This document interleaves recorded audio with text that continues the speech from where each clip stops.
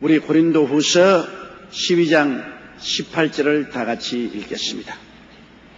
내가 디도를 권하고 함께한 형제를 보내었으니 디도가 너희의 일을 취하더냐? 우리가 동일한 성령으로 행하지 아니하더냐? 동일한 보조로 하지 아니하더냐? 참 고린도 교회를 가만히 살펴보면 아주 망나니 자식을 둔 것과 똑같습니다. 이거는 쫓아낼 수도 없고 안 낳았다고 할 수도 없습니다. 아주 망나니 자식을 둔 부모가 그 망나니 자식 때문에 고생하는 것 말로 다 할 수 없습니다. 종종 그러지 않습니까? 부부간에 말 않는 망나니 자식이 있으면 아이고 저놈 안 낳았으면 좋을 뻔당했다. 지금 왜 낳았어 저렇게 고생하냐. 그러나 낳은 걸 어떻게 합니까? 그러니 내 자식으로 낳았으니까 쫓아내버릴 수도 없는 일이고 남으로 취급할 수도 없는 일이고 고민을 하는 거죠. 바울 선생이 고린도 교회를 예수 그리스도의 복음으로 낳았습니다. 고린도 교인들을 예수 그리스도의 복음으로 낳았는데 특별히 이 고린도 교인들이 바울 선생에게 굉장히 애를 먹입니다. 마게도니아에 있는 에베소, 빌립보, 골로새나 히아라볼리스나 이런 여러 교회들은 참으로 착실하고 충실한 교회인데 이 아가야 지방에 있는 고린도 교회는 굉장히 말썽을 일으키는 교회입니다.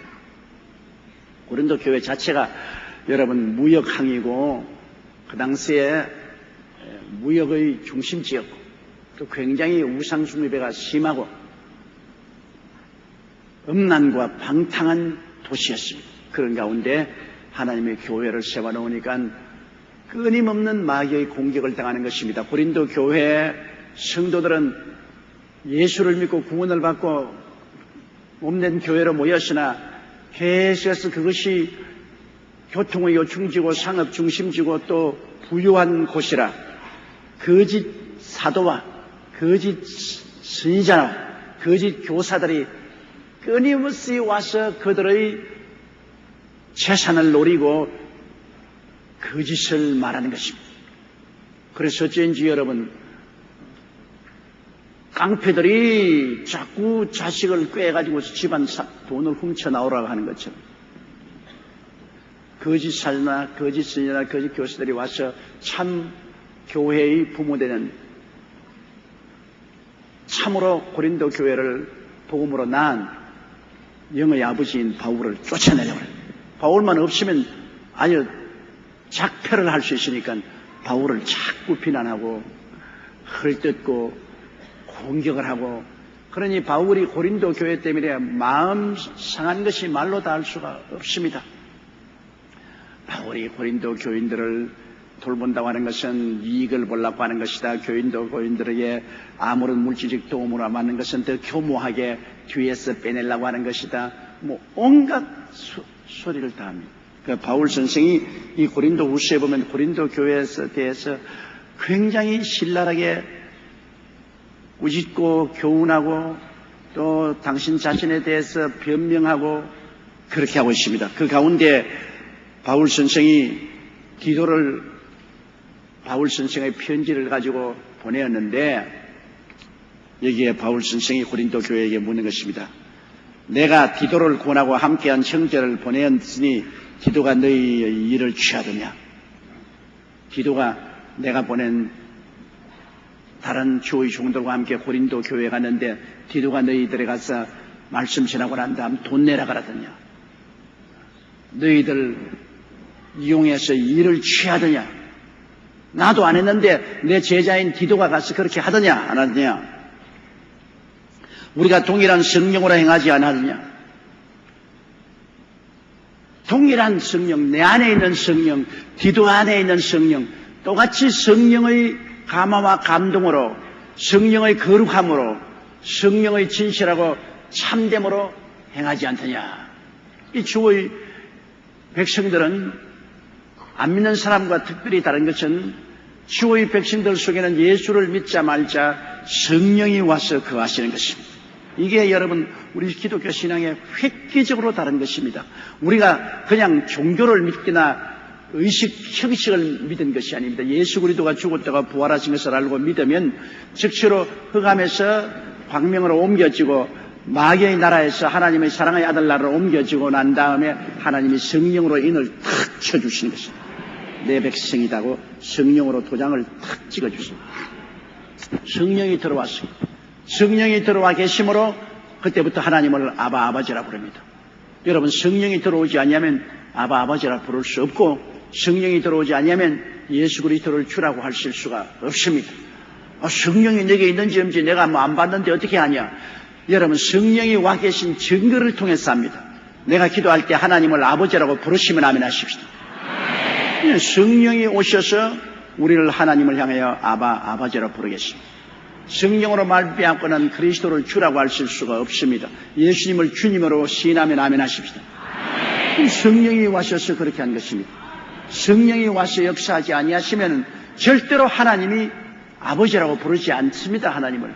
그리고 예수님을 주라고 부르지 않아요. 성령이 와 있는 증거입니다. 성령이 오셔서 여러분에게 도장을 확 찍어준 것입니다. 그럼 예수 안 믿는 사람은 성령이 안 계시지요? 성령이 안 계시는 그 공간 속에는 뭐가 있습니까? 공중의 권세자만 악한 영이 들어와 있는 것입니다. 사람은 여러분 어떻게든지 영이 들어와 있게 만들어낸 것입니다. 사람은 짐승과 달라서 사람은 그릇으로, 영적인 그릇으로 되어 있습니다. 하나님이 원래 에덴에서 지으실 때 하나님이 거하시기 위해서 영적인 성전이요 그릇으로 만들어낸 것입니다. 성전에는 성령이 안 계시면 악령이 들어와 있는 것입니다. 그릇에서는 깨끗한 물이 안 담기면 더러운 물이 담기게 되는 것입니다. 빈 그릇은 없습니다. 빈 성전은 없어요. 그러므로 예수를 믿는 사람에게는 하나님의 성령이 와서 거하시고, 예수를 믿지 않을 때는 공중의 권세자는 마귀의 영이 와서 조정하는 것입니다. 이거 마귀의 영이 왔는지 아는지, 마귀의 영이 오면 눈을 어둡게 해서 아버지 하나님과 예수에 대한 것은 전혀 생각지 못하게 합니다. 마귀의 영이 오면 끝없이 세상으로만 향합니다. 세상에 대한 관심만 기울이게 하고 육신의 정욕과 안목의 정욕과 이 세상 자랑을 따라서만 살게 만듭니다. 그게 마귀의 영인 것입니다. 마음과 육신의 욕심만 따라 생각하게 하고 세상만 따라 행하는 것입니다. 그러므로 마귀의 영이 들어있는 사람에게 여러분 교회 와서 앉아있으라면 죽을 찌개입니다. 귀에 한마디도 안 들어와요. 전부 다 돌았구나. 전부 다 미쳤구나. 여기 왜 왔었냐? 아예 그냥 전혀 관심이 없어. 뭐에 관심이 있느냐? 하트 치는 것, 놀러가는 것, 세상 쾌락을 취하는 것, 이 세상 일에만 관심이 있지. 그래서 우리들의 가슴 속에 무엇이 관심이 있는가를 보면 알 수 있어요. 세상령이 있는 사람은 세상에 관심밖에 없습니다. 그러나 성령이 들어온 사람은 하나님 일에 관심이 있습니다. 그런데 믿음이 약한 사람은 성령도 들어와 계신데 세상령과도 손을 잡고 있어서 하나님 일에도 반점 관심이 있고 세상에도 반점 관심이 있고 그래가지고서 들었다 나왔다 들락날락하는 사람이 있어요. 이 들락날락하는 사람은 그러다가 잘못하면은 완전히 세상으로 잡혀 들어가기가 십상입니다. 그럼 우리 예수 믿는 사람들은 모두 다 성령 보혜사께서 거룩한 도우미가 되셔서 우리를 도와주기 위해서 하기 때문에 우리가 고아와 같이 버려놓지 않았습니다. 고아는 부모가 없지 않습니까? 부모가 있는 애들은 고아가 아니잖아요. 부모가 도와주잖아요. 예수께서 내가 너희를 고아와 같이 버려두지 않겠다고 말했죠. 내가 아버지께 구하겠으니 그가 또 다른 보혜사 즉 돕는 자를 보내어서 영원히 너와 함께 있겠다. 그러므로 예수님이 부활승천하시고 오순절날 오신 거룩한 하늘의 도우미 성령께서는 그날부터 지금까지 떠나지 않고 우리와 함께 계시고 우리 안에 거하시는 것입니다. 얼마나 성령님이 오신 것이 감사한지 몰라요. 성령이 우리 마음을 꽉 잡아주시기 때문에 이 세속 속에 우리가 흔들리지 않냐고 주께로 나올 수 있지 우리의 마음의 결심이나 의지로서는 안 됩니다. 우리 그대로 내버려 놓으면 이 탁한 세상의 도도히 흐르는 강물에 그냥 흘러가버리고 말아요.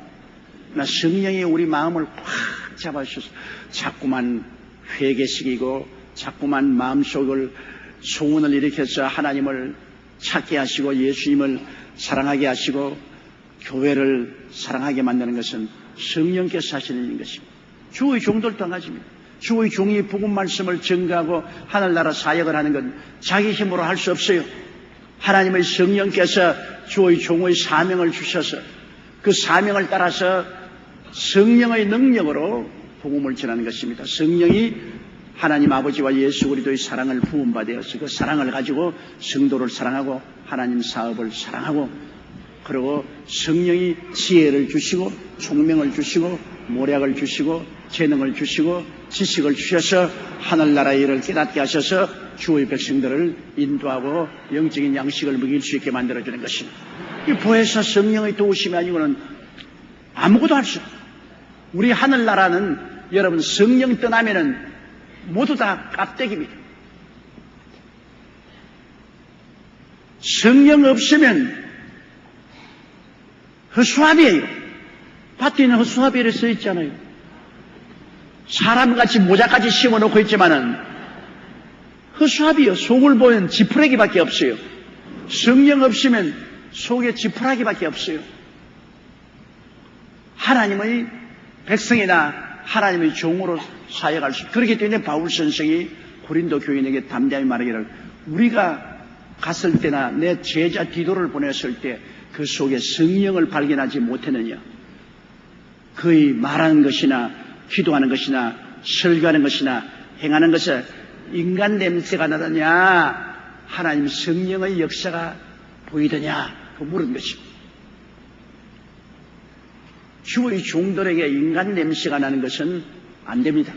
주의 종들은 하나님을 섬길 때 성령으로 섬겨서 사람들이 볼 때 성령의 냄새가 나야 되고 성령의 향기가 나야 됩니다. 그러므로 성령이 오시면 어떤 향기를 냅니까? 예수 향기 날리는 것입니다. 성령은 인간 냄새 안 내요.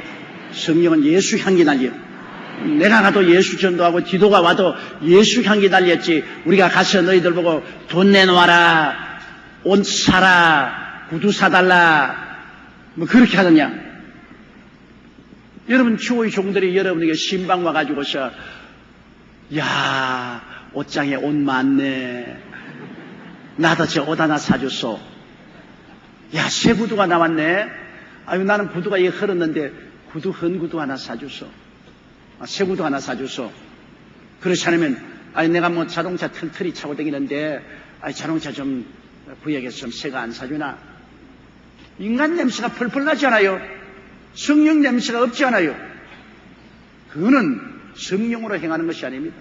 인간으로 행하고 탐욕으로 행하는 것입니다. 성령의 향기가 나는 사람 그런 소리 안 해요.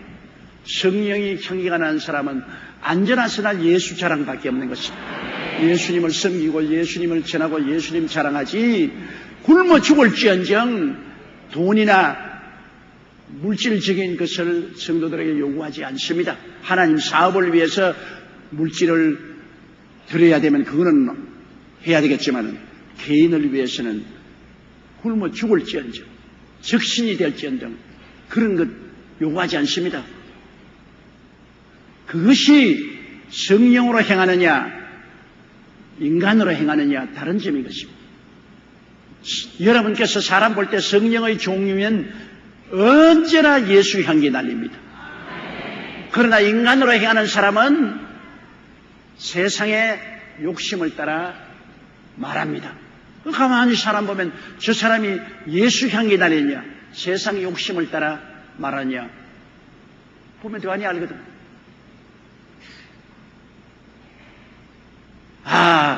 어떤 기도원에 갔다가 기도를 하고 왔는데 기도원 원장이 여러분 이름을 적어서 놓았다가 나중에 여러분에게 전화 따라합니다.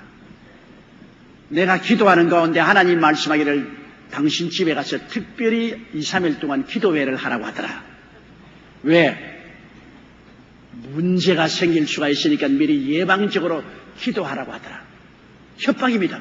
사람이 다 약하니까. 어이구 기도원 원장이 왜 특별히 우리 집에 전화해가 하나님께서 말씀하기를 당신 집에 와서 특별히 기도하라고 하더라. 그건 왜냐 당신 집에 혹시 잘못된 일이 일어날 수 있으니까 협박이거든. 그럼 사람이 약하니까 벌벌 떨고 옵니다. 그럼 와서 한 2, 3일 동안 집에서 기도회 해달라고 하면 기도회 하고 난 다음에는 하나님께서 특별히 하나님 사업을 위해서 당신 돈 100만 원을 내놓아라. 1000만 원을 내놓아라. 당신 11조를 우리에게 내놓아라. 완전히 인간 냄새가 풀풀 납니다. 그게 무슨 하나님 성령으로 행하는 것입니까? 성령으로 행하면은 예수 그리스도의 영광을 위해서 예수만 전도하고 예수를 위해서만 기도하는 거예요. 또 무슨 하나님께서 너희 집에 가서 특별히 며칠간 기도회 하라는 그런 지시를 내리는 하나님 안 계십니다, 여러분. 어디 너희 집에 가서 특별히 며칠 동안 기도하고 무슨 무당인가 부닥거리 하는 것인가? 여러분, 우리 기독교 신앙이란 무당이 아닙니다. 부닥거리 하는 거 아닙니다. 우리는 회개하고 성령으로 말미암아 예수를 믿고 예수를 전도하고 우리는 상호 위에서 간절히 기도해 주는 것이지 부닥거리식으로 와서 그렇게 하고 대가를 요구하는 이러한 것이 기독교 신앙이 아닙니다, 여러분. 그러므로 우리가 정말로 조심해야 될 것은 오늘날 하도 이단과 사설이 많아요. 예수 그리스도 이름으로 온다고 하면서 이리가 양을 탈을 쓰고 오는 사람이 많아요. 그걸 어떻게 분별하느냐? 성령으로 행하느냐? 인간적으로 행하느냐를 보면 아는 것입니다. 성령으로 행하면 여러분 예수 그리스도 자랑밖에 안 합니다. 예수를 잘 믿도록 하는 것밖에는 다른 일 안 하는 것입니다. 인간적으로 행하면 꼭 사람을 높이고 우리 단체에 소속하지 않으면 구원이 없다. 우리 단체를 위해서 집을 내놓아라. 물질을 다 내놓아라.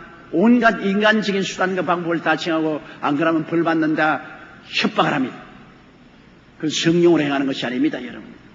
그 바울 선생이 바로 하는 말이 말입니다. 너에게 거짓 사도나 거짓 선지자나 거짓 교사가 오면은 꼭 돈 내놓아라. 물질적으로 봉사해라. 우리에게 돈 내놓아라. 우리가 참 사도다. 우리를 안 따르면 너희는 죽는다. 이렇게 하지만은 바울 선생과 디도가 그렇게 했느냐? 오직 예수 중심, 오직 복음 중심으로 했지 않느냐? 이거 우리가 정말로 깨달아야 되는 것입니다. 동일한 보조로 하지 않느냐? 바울과 디도와 그 위에 바울의 제자들이 고린도 교회 갔을 때 발자취가 흐트러지지 않았습니다. 똑같이 보조를 맞추어서 같은 성령의 능력으로 같은 복음을 전했죠. 한 사람이 이 말하고 한 사람은 저 말하고 그렇게 하지 않잖아요. 우리 여의도 순복음교회 조의 종이면 똑같이 성령 충만하여 오중복음과 삼중 축복을 똑같이 전하지. 보조를 맞추어야죠. 보조가 틀리면 우리 팀이 아니죠. 팀이라는 것은 보조를 맞추어서 나옵니다. 19절요.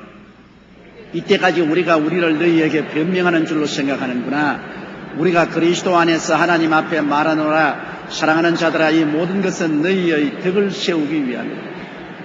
구구절절히 바울 선생이 말을 하니까 아따 변명 참 많이 한다. 쓸데없는 잔소리 많이 한다.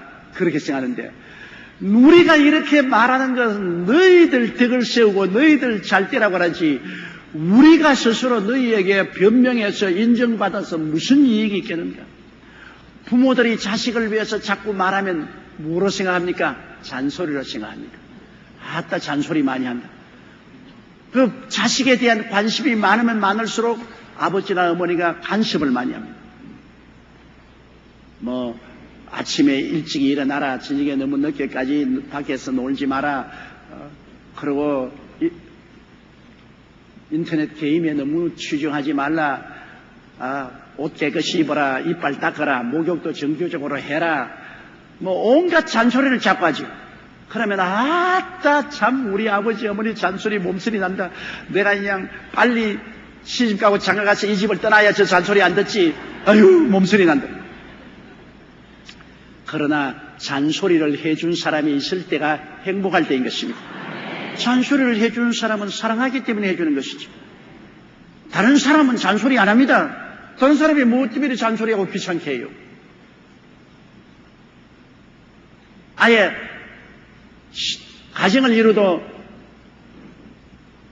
남편 잔소리 듣기 싫으면 시집 안 가면 되고 부인 잔소리 안 들으려면 장가 안 가면 돼요. 요사이는 잔소리 듣기 싫다고 시집 안 가고 장가 안 가는 사람 많아요. 잔소리 안 하는 개만 키워요. 요사이 애견이 얼마나 많은지, 개를 얼마나 많이 키운지, 아이고, 뭐 시집 장가 안 가고 그냥 개하고 가서 사는 사람 많아요.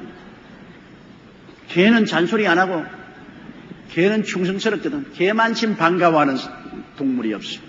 개는 도둑놈도 반가워한다고. 주인이 도둑놈이면 그 도둑놈 주인도 반가워하니까. 개가 참으로 충성스러운 동물입니다. 주인이 선한 사람인지 악한 사람인지 구별 안 해요. 주인이면 끝까지 주인으로 섬기는 것이 개인데, 그 사람들이 그 잔소리 안 하고 정의를 따라주니까 개를 많이 길러죠. 그러나 우리가 이 세상에 자기 혼자 잘난 사람이 없어요. 독불장군 누가 있습니까? 다 사랑하는 사람, 진실한 사람은 늘 잔소리하고 충고해 주는 사람인 것입니다. 진실한 친구는 나에게 충고를 해주는 것이 진실한 친구. 날 자꾸 잘했다고 아부하는 것은 진실한 친구는 아닙니다. 잔소리를 들으면 쓰지요. 듣기 싫습니다. 잔소리 듣고 싶은 사람 누가 있어요? 잔소리 듣기 싫어요. 나 결점을 지적해 주는데 내 마음이 아프니까 싫지요. 그러나 이 결점을 내가 받아들여서 내가 변화를 입으면 큰 도움이 되죠.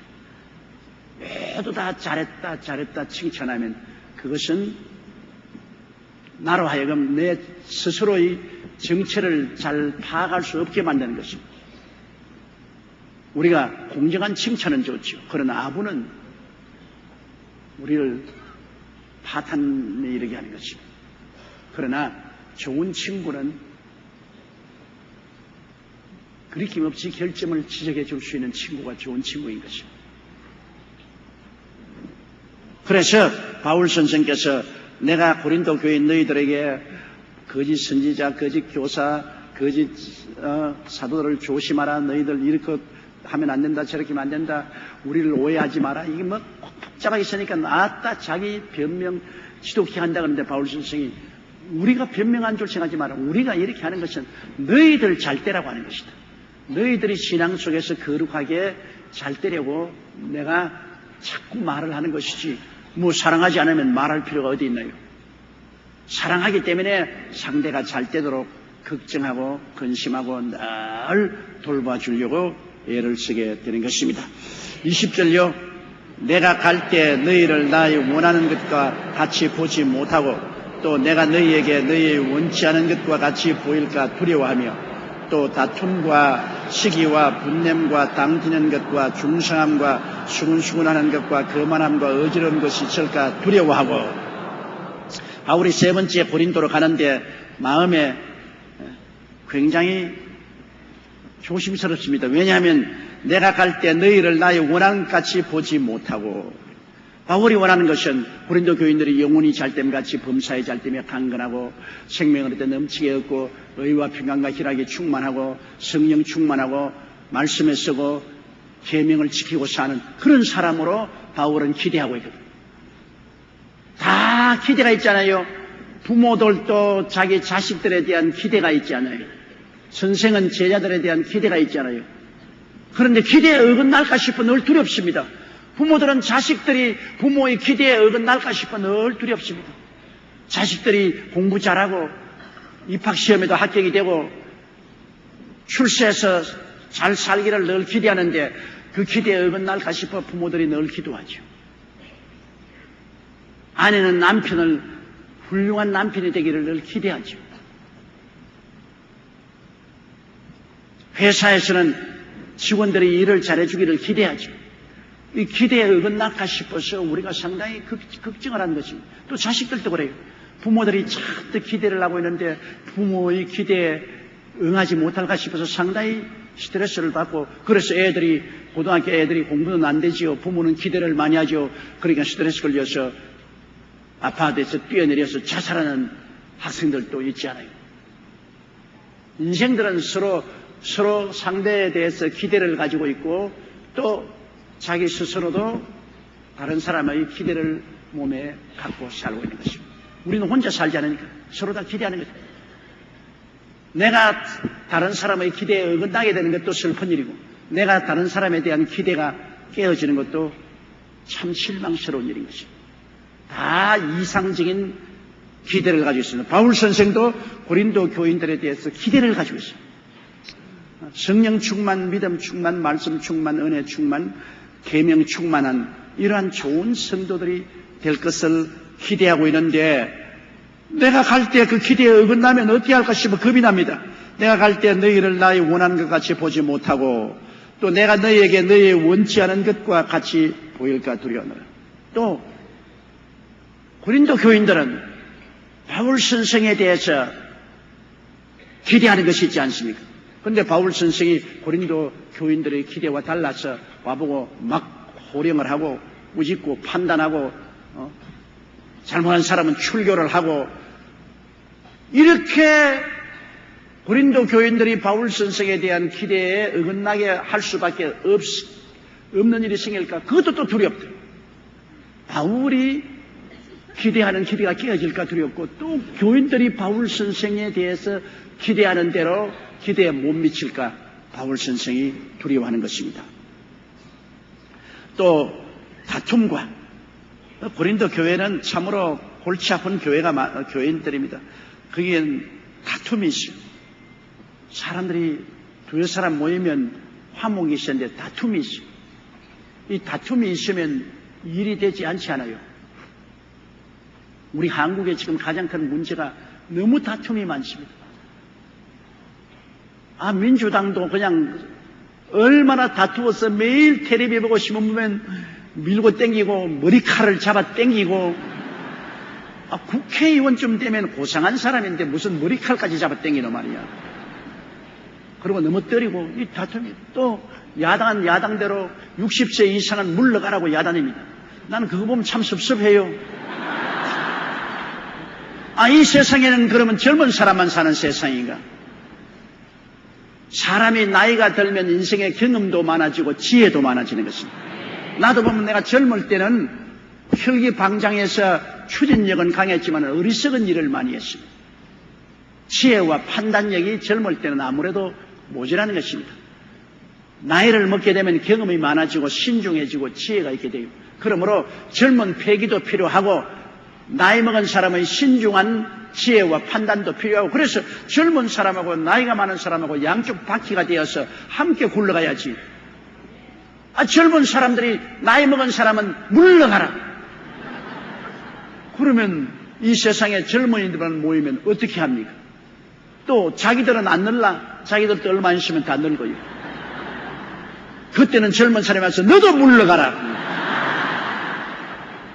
그때는 슬퍼할 것 아닙니까? 이 세상은 어린아이부터 90이 넘은 사람까지 함께 사는 세상입니다. 누구 물러가고 누구 있으라고 할 이유가 없어요. 필요하면 90살이 되어도 쓰는 거예요. 주님께서는 여러분 아브라함을 75살에 선택을 했어요. 요사이 60된 사람 물러가라 계시면 아브라함은 존재도 안 해요. 75살에 하나님이 불러서서 갈대아 우르에서 믿음의 조상으로 만들었어요. 모세는 80에 하나님이 등용을 시켰어요. 80살입니다. 스스로 모세가 하는 말이 나는 이제 눈도 잘 안 보이고 기억력도 희미하고 말도 잘 못하니 나 그만 은퇴하고 살게 해주시기를 하는 게 무슨 소리 하는 거냐? 하나님이 너를 불러주시면 예하고 나올 일이지 무슨 잔소리냐? 그래서 아브라함은 140이 넘도록 살았고 모세는 120까지 살았어요. 그러면서 하나님 사람이었어요. 하나님이 나의 젊고 늙음을 상관하지 않고 필요할 대로 들어서는데 인생도 망가지 필요한 대로 들어서는 것이 젊은 사람도 논팽이로 필요 없으면 팽 하고 내버려야 돼요. 아무리 늙은 사람도 사회에 기여하고 우리의 삶에 도움이 되는 것 같으면 등용해야 돼. 그래야지 60 넘은 사람 다 물러가라 하면 얼마나 슬픈 일입니까? 그렇게 되면 나도 물러가야 돼.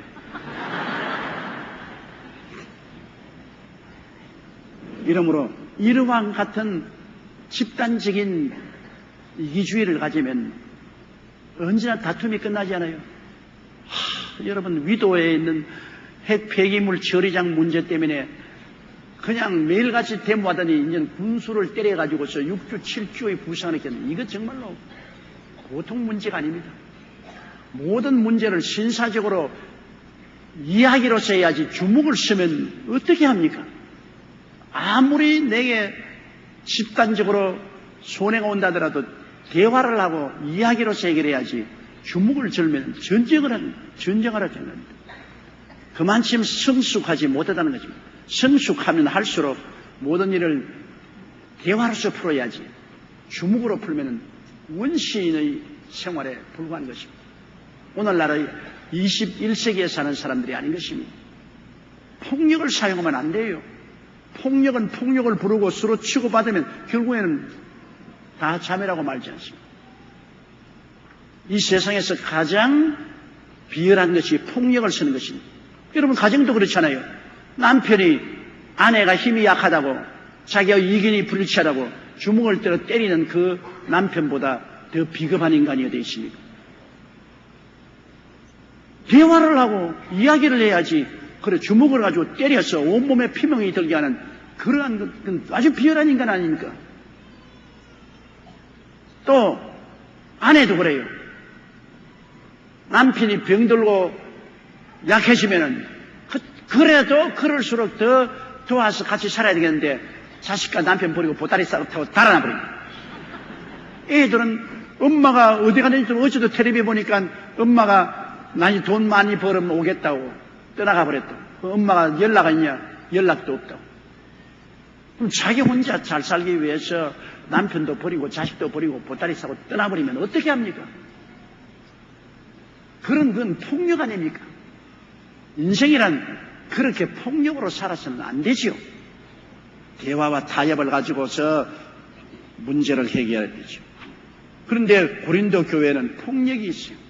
안 된다고 주먹을 쥐고 싸워요. 그러면 교회가 박살이 나지 않습니까? 여러분, 하나님이 무슨 권능이 없어가지고서 오래 참는 것 같습니까? 하나님이 무슨 주먹이 없어서 그래요? 하나님 벼락 때리면 벼락에 맞아 다 죽을 수 있어요. 몇 주간 전에 보니까 동경 국회의사당을 벼락으로 때리니까 그냥 국회의사당 돌벼락이 다 무너져 떨어져 내려오는 걸 봤습니다. 벼락으로 때리면 다 죽죠.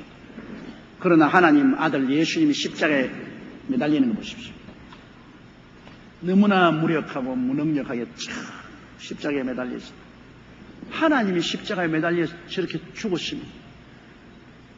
폭력으로 하려면은 온 우주를 뒤에 흔들어 볼 수 있는데도 불구하고 하나님은 폭력을 하지 않고 사랑과 인내와 대화를 통해서 문제를 해결하기 위해서 십자가에 매달린 것입니다.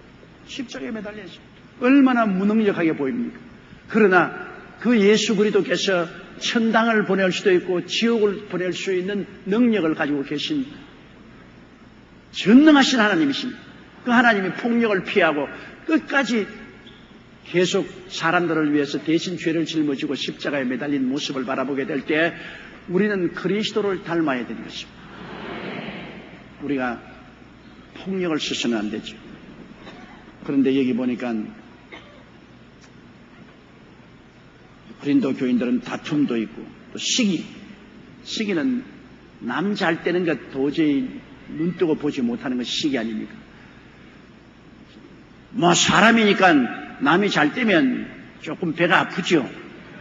배가 아프더라도 기도하고 고쳐야지. 그 시기를 내서 자꾸만 모함을 하면 안 되잖아요. 남이 잘 되는 것 보고 하나님 앞에서 하나님 나도 잘 되게 복을 달라고 기도하는 그러한 성숙한 마음을 가져야지 남이 잘 된다고 해서 자꾸 시기에서 깔아내려오는 그 일을 하지 말아요. 사람인 이상은 타락한 인생은 다 시기심이 있어요. 없는 것 아닙니다. 남이 잘 되면 배가 아파요. 안 믿기 전엔 많이 아팠는데 믿고 난 다음에 조금 아파요. 조금 아픈 것도 그건 자꾸 기도하고서 그걸 소화를 시키고 남 잘 되는 것을 진심으로 축복해 줄 수 있는 우리가 되도록 노력을 해야 되는 것입니다. 자꾸 시기하면 분열이 되지요. 그리고 분내는 것. 이 분내면 이성을 잃어버려요. 여러분, 사람이 차분하게 마음의 평안을 가지면 이성을 잃어버리지 않고 전후 좌우 살을 분명히 분별해서 일을 하기 때문에 실패하지 않습니다. 그러나 분을 내면 그냥 이성이 다 마비가 되어버리고 지혜를 다 잃어버려요. 그래가지고서 보통 때는 도저히 행하지 않을 일을 하는 것입니다. 부부 싸움할 때 여러분 야구방망이 들고서 살림 다 때려 부수는 거 보십시오. 그 살림이 무슨 죄가 있습니까? 자기들 그렇게 힘쓰고 애써서 모아놓은 살림을 부부 싸움한다고 분이나 일어나서 야구방망이 가지고서 그냥 농장도 다 때려 부숴버리고 화분도 다 때려 부숴버리고 그냥 나는 시골에 보니까 부부간에 싸움하니까 남편이 밖에 뛰어나는 쇠사랑을 가지고 들어와서 안방 구들장을 그냥 파헤쳐 버렸어요. 이제 분이 가라앉으면 그날부터 이제 냉방에서 자야 돼요. 사람이 분으로서 문제를 해결하면 비이성적인 행동을 하게 돼요.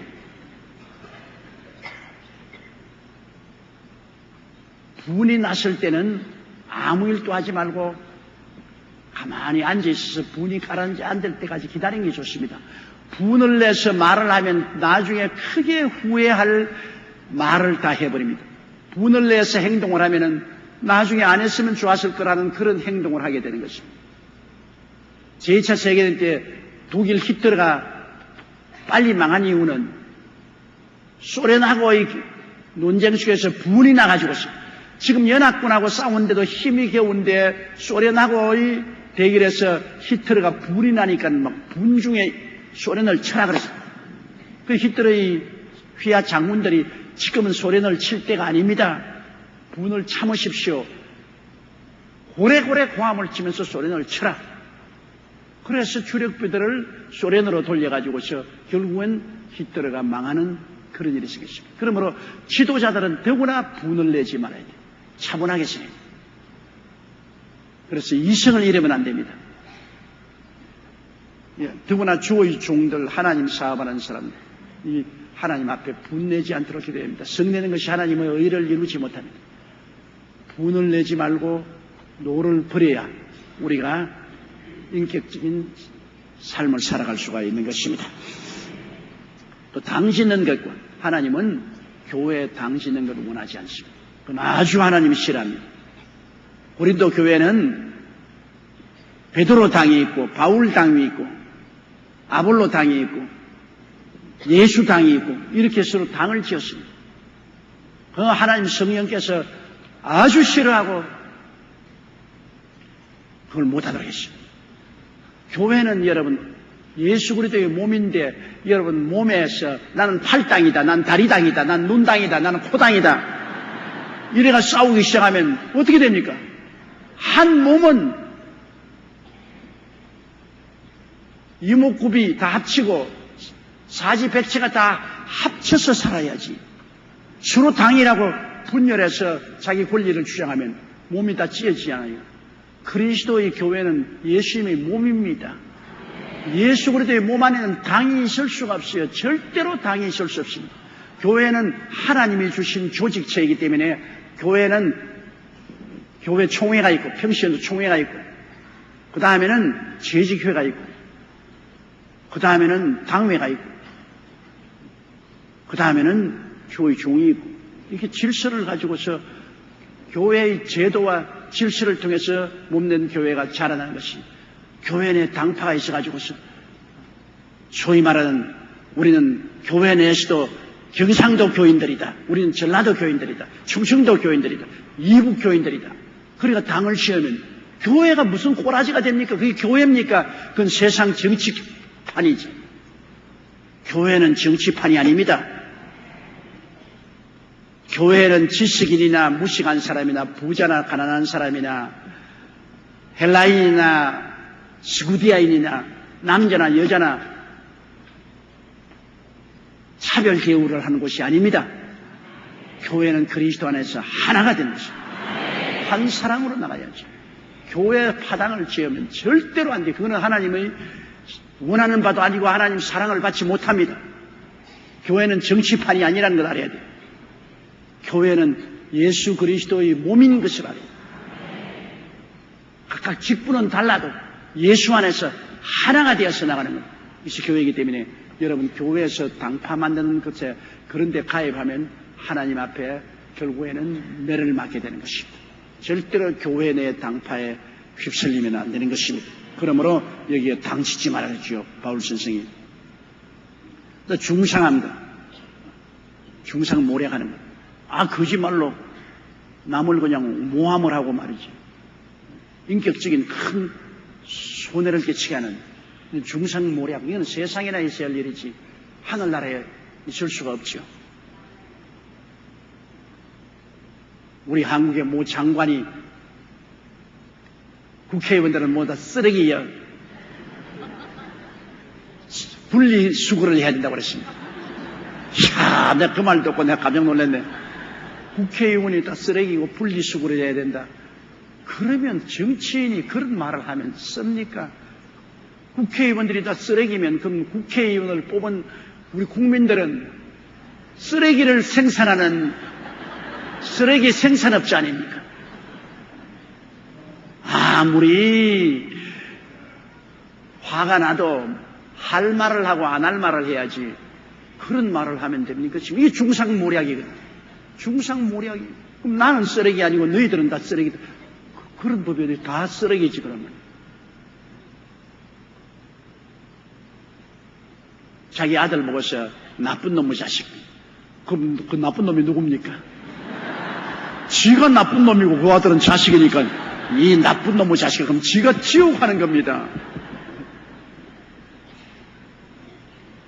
이러므로 중상모략을 우리는 하면 안 돼요. 거짓말로 사람들을 모함해서 인격을 손상시키는 이런 중상모략은 정말 하지 말아야 돼요. 이 정치인들이 대통령 선거할 때나 국회의원 선거할 때 있는 것 없는 것 나중에는 어떻게 될 값에 다 부스럼을 만들어가지고서 상대의 얼굴에 흑칠을 하려고 애를 쓰는데 이게 더러운 일입니다. 중상모략을 하지 말아야 돼요. 사람이 바른 말을 하고 살아야지. 남을 모략하려고 해서는 안 되죠. 누구나 예수 믿는 교회에서는 그런 일이 있을 수가 없죠. 수근수근하는 것. 수근수근하는 것은 소문내는 것을 말합니다. 속닥속닥 수근수근 그래가지고 자꾸 남을 못되게 나쁜 소문을 내는 수근거리는 것. 이거 하나님이 원점이 수근거리려니까 저희끼리 그룹에 모여서 수근수근 하고 딱 펴놓고 정정당당하게 분명하게 그렇게 이야기하지 서로 모여서 수근거리는 그리고 헛된 소문을 자꾸 벌어뜨리는 그런 일을 하지 말아야 되는 것입니다. 그리고 거만함과 거만한 것은 이것은 교만한 마음은 패망하고 거만한 마음은 넘어진다고 했습니다. 스스로를 과대평가해서 자기 잘난 체하고서 의시되는 것. 이것도 하나님은 대단히 미워하시는 것입니다. 어지러운 것과 소재는 안 하고 자꾸 어지러운 사람 있잖아요. 집안에도 어린아이가 있으면 막 어지러워서 견딜 수가 없어요. 나는 우리 손주 손녀들 집에 오면 5분간 좋아요. 5분간 처음에 오면 내가 끌어안고 뽀뽀해주고 두들겨주고 그러면 내 품에 안기 싫으니까 나가서 그 다음에는 막 온 집안을 완전히 어지럽게 만들어놨습니다. 내 책장을 그냥 다 뽑아놓고 내가 쓰는 연필이나 뭐 그런 건 다 흔들어 놓고 한번 오고 가면 정신이 하나도 없어. 그래서 우리 아들이나 며느리가 아버님 좀 보러 갈까요? 안 와도 좋다. 안 와도 좋다. 요사이 바쁜데 뭘 오노? 아들 며느리 오는 건 좋은데 손주 손녀 데리고 와가지고서 완전히 뒤엎어버리니까 정신이 하나도. 딱 정리해놓고 조용하게 사는 게 참 편하고 좋다고요. 그래서 손자, 손녀 참 좋아하는 사람은 굉장히 좋아하는데 우리는 성격이 그렇지를 못해요. 그냥 자기들 집에 가서 만나는 것이 좋지. 우리 집에 와서 내 괜히 흐트러 놓는 것은 아주 어지러워서 견딜 수가 없어요. 어지러워서 견딜. 교회도 어지럽게 하는 사람이 있습니다. 교회도 와서 하나님의 사업을 질서 정연하게 하면 좋은데 교회 와서 어지럽게 해요. 가는 곳마다 그냥 일을 만들어 놓고 흐트려 놓고 어지럽게 하는 사람이 있어요. 교회에 와서 잘 하나님의 사업을 정리정돈하며 잘하는 사람도 있지만은 가는 곳마다 어지럽게 하고 이 문제를 만들어 놓습니다. 아주 문제꾼이 있어요. 이렇게 하지 말아야 돼요. 하나님의 나라를 어지럽게 했었는데 하나님 나라는 어지러움의 나라가 아니고 질서의 나라인 것입니다.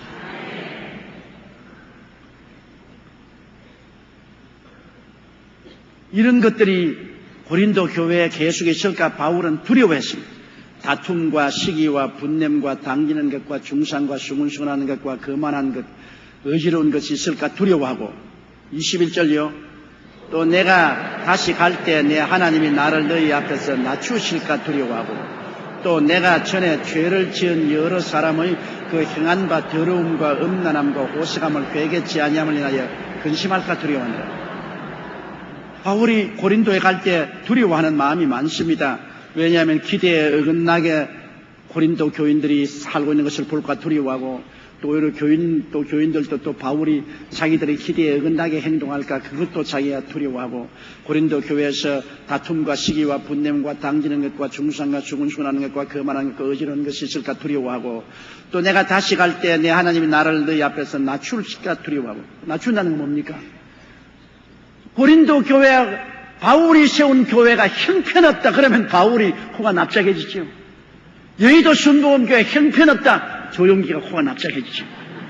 조용기 일생을 바쳐서 일한 여의도 순복음교회가 다른 사람 보기에 형편없는 교회로 보이면 내가 납작해지죠. 다른 사람이 와서 야 여의도 순복음교회 세계적인 교회다. 교회가 예수님 사랑하고 성령 충만하고 국가와 민족을 위해서 크게 기도도 하고 기여도 하고 온 세계 선교도 하고 정말 모범적인 교회다 하면 그 교회 목회하는 주의 종이 얼마나 영광스럽게 됩니까? 얼굴이 벌개진다고요. 영광스러워가지고. 그런데 사람들이 와서 아이고 여의도 순복음교회 소문에 듣던 그와는 너무나 다르구나. 기도도 하지 않고 질서도 없고 열심도 없고 성령도 충만하지 않고 옛날과 다르더라. 선교도 하지 않고 형편없더라 그러면 내가 낮추어지지 않습니까? 아주 수치스러운. 바울이 두려워하는 것은 내가 고린도에 세 번째 가는데 하나님이 나를 낮추실까? 고린도 교회가 정말 기대에 넘치게 잘 돼 있으면 얼마나 하나님이 바울을 높여주는 격이 됩니다. 바울이 정말 내가 고린도의 교회에 세운 거 보람이 있다고 생각하는데 그렇지 못하면 낮아지잖아요. 자식이 잘 되면 부모가 영광을 받습니다. 그런데 성경에 보니까 자식은 잘 되면 아버지가 영광을 받고 자식이 못 되면 엄마 뼈가 썩는다고 그랬습니다. 왜 그런지 모르겠어요. 잘 되는 영광은 아버지가 다 차지하고 못 되면 엄마가 책임을 다지고. 그런데 여하간 자식이 잘 되면 부모가 영광스럽습니다. 그러나 자식이 못 되면 부모가 수치스럽고 부끄럽습니다. 낮추어지니까. 바울 선생이 그렇게 생각합니다. 고린도에 내가 또 갈 때 내가 낮아질까 두렵다. 내가 수치스럽게 생각할까 두렵다. 또 내가 전에 죄를 지은 여러 사람의 그 행한 바 더러움과 음란함과 호색함을 회개치 아니함을 인하여 근심할까. 고린도 교회는 그런 교회입니다, 여러분. 고린도 교회는 많은 죄를 지었어요. 더러움이 많습니다. 고린도 자체가 더러운 것입니다. 그곳에선 국제적인 창의어굴이 고린도에 있습니다. 국제적으로 음란한 도시입니다. 상업도시니까 많은 장사꾼들이 와서 장사하고 교육하고 하기 때문에 그곳은 굉장히 음란한 도시입니다. 그러한 것이 교회까지 흘러들어왔어요. 그런 사람들이 교회에 왔기 때문에 교회까지 그런 일이 생겼습니다. 그 고린도 교회, 고린도 전서의 편지에 보면은 아버지의 아내를 자식이 빼앗았다는 것도 나옵니다. 그러니까 친어머니는 아니죠. 아버지가 아마 친어머니가 세상되고 5어머니를 가졌는데 그 아버지의 아내를 자식이 빼앗았다. 콩가루 집안이에요. 콩가루 집안. 아버지의 아내를 아들이 빼앗아가면 어떻게 합니까? 그런 죄도 봅니다. 그런 음란하고 방탕한 곳이었기 때문에 바울 선생이 특별히 고린도에 가서 걱정을 하는 것은 더럽고 음란하고 호색함을 회개치 아니함을 인하여 내가 근심할까 두려워. 내가 또다시 가서 전에처럼 너희들 앉아가지고서 더럽고 음란하고 호색한 사람들을 우짓고 징계하고 혹은 추교하고 이런 일을 또 해야 될까 내가 심히 근심스럽다. 제발 이런 일이 없이 너희가 회개하고 의롭고 거룩하게 살면 참 좋겠는데 내가 가서 또다시 그런 일을 정리정돈하려고 마음쓰고 고통당할까 두려워. 그러므로 바울 선생이 그리스도의 몸된 교회, 고린도에 있는 교회 때문에 굉장히 마음을 쓰는 것을 볼 수 있는 것입니다. 여러분, 이래 보십시오. 교회라는 것이 세상에 있는 하늘나라지만은 끊임없이 마귀는 교회를 부패시키려고 하는 것입니다. 에덴 동산에 마귀가 들어와서 아담과 하와를 꿰지 않습니까? 에덴 동산에까지 마귀가 들어왔습니다. 그러니까 오늘날 그리스도의 몸된 교회도 마귀가 언제나 침투에 들어와서 고린도 교회처럼 세상의 것을 가지고 와서 부패시키려고 하는 것입니다. 교회에 끊임없이 부패함이 들어와요. 그러나 계속해서 말씀을 전하고 기도하고 성령의 역사를 통해서 부패를 자꾸 추방하고 새로워지는 것입니다. 교회는 그러므로 매주일마다 모이는 것은 매주일마다 말씀을 듣고 성령의 능력으로 새로워지는 것입니다. 새로워지는 것입니다. 여러분,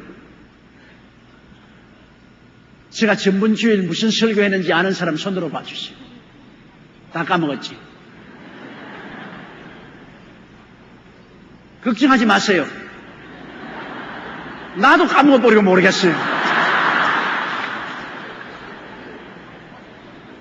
하나님 말씀 들어도 그냥 나가면 다 까먹어버리고 무슨 말 한지 알 수가 없어요. 그래도 그럼 교회 왜 나왔냐? 말씀이 증거될 때 우리가 새로워지는 것입니다.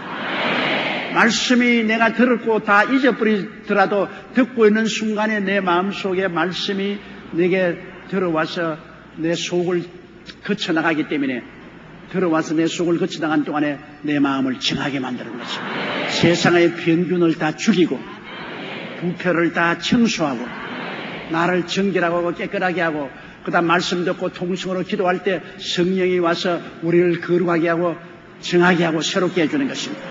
그러므로 우리가 새로워지는 거예요. 우리가 늘 왜 교회에 나오느냐? 새로워지기 위해서 합니다. 계속해서 우리는 부패해집니다. 계속해서 세상이 들어오고 마귀가 역사하고 육신의 정욕과 안목의 정욕과 이상이 들어와서 우리가 자꾸만 영적으로 타락되고 심적으로 부패해지고 육체를 따라 나가게 되고 그런 일이 자꾸 생기기 때문에 하나님의 교회에 와서 말씀을 듣고 통성 기도함으로 말씀과 기도와 성령을 통하여 자꾸만 거룩해지고 자꾸만 새로워지고 변화를 받고 그래서 점점 강해지면서 내가 이겨나가는 것입니다. 이렇기 때문에 모이기를 피하지 말라는 것입니다. 교회에 오는 것이 교회 그 말아 그런 말 하지 말아야 됩니다.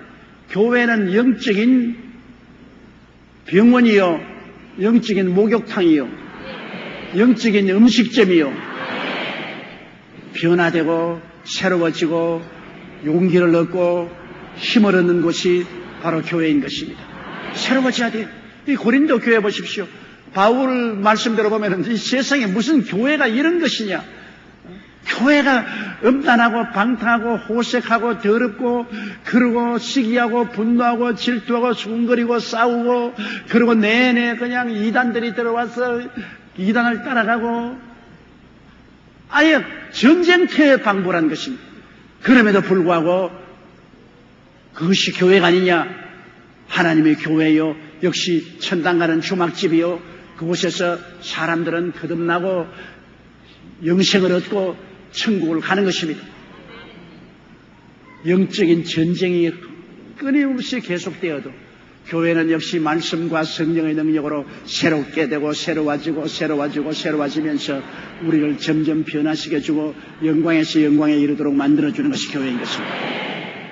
교회가 완전히 여러분 천사들만 모인 곳이 아닙니다. 온갖 잡동산이 다 모이는 곳이 교회인 것입니다. 온갖 잡동산이 다 모여요, 교회가. 뭐 도둑놈도 오고 그냥 강도도 오고 그냥 음란한 자도 오고 도박꾼도 오고 그냥 온갖 사람 다 모여요. 그래가지고서 교회는 혼탁한 것 같지만은 그러나 교회와는 그 성령의 소용돌이가 얼마나 크고 말씀의 힘이 얼마나 큰지 그냥 확 돌아가 변화되어 버리고 마는 것입니다. 변화 안 된 사람은 못 견디면 쫓겨나고, 교회는 힘이 있는 곳입니다. 어마어마한 하늘나라의 역사가 교회에 돌아가고 있는 것입니다. 영적인 거대한 파도가 치고 소용돌이가 치는 곳입니다. 여기서 정화돼요. 폭풍우가 좀 안 불었으면 좋겠다. 여러분, 폭풍우가 안 불면 바다에 있는 고기나 식물떼들이 다 죽습니다.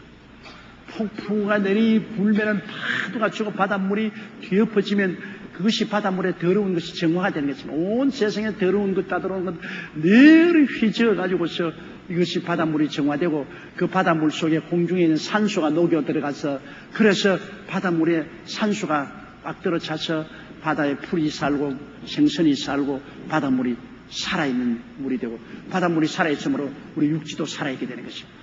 그 폭풍우가 있는 것은 하나님이 한 번씩 휘저어가지고서 바다에 생기를 넣어주는 것이 그 역사인 것입니다. 그런 거대한 폭풍우, 이것이 바다를 새롭게 합니다.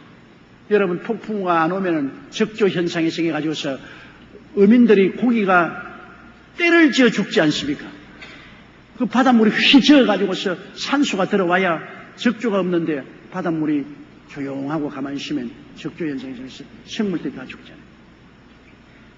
그와 같이 교회는 성령의 폭풍우가 불어오는 것입니다. 아이고, 교회 시끄러워서 통성 기도를 하고 말이야 놀래 자빠지겠다. 그냥 아이고 도저히 그 교회 뭐예요? 그건 모르는 소리예요. 통성 기도를 하고 부러지는 것은 성령의 폭풍우입니다. 폭풍우. 성령의 폭풍우가 불어와서 하늘나라의 산소가 공급이 되는 것입니다. 생명이 공급되는 것이. 교회가 조용하고 있으면 적조 현상이 생겨가지고서 모조리 다 죽어요. 택 하고 다 죽어요. 교회는 언제나 여러분 말씀을 듣고 성령의 역사로 통성 기도가 일어나고 부러지는 기도가 일어나고 찬송이 나서 영적인 폭풍우가 늘 불어야 되는 것입니다. 그러면 새로워지고 생명이 공급되는 것입니다. 할렐루야! 그러므로 캄캄한데도 빛이 있고 괴로운 가운데도 평안이 있고 그런 것이 교회입니다. 결국은 예수님이 십자가에서 내가 세상을 이겼노라고 했었으니까 예수님 모신 교회는 어떠한 세상과 혼란이 있어도 종국적으로 이기는 것입니다. 환난이나 공고나 적신이나 기근이냐 위험이냐 죽음이냐 칼이랴 이 모든 일에 우리를 사랑하는 이로 말미암아 우리가 넉넉히 이기나니라. 우리는 교회에서 말씀 듣고 기도하고 성령 역사함으로 결국에는 우리가 이기게 되고 모든 것이 합동하여 선을 이루게 되고 결국에는 천국의 영광에 들어가게 되는 것입니다.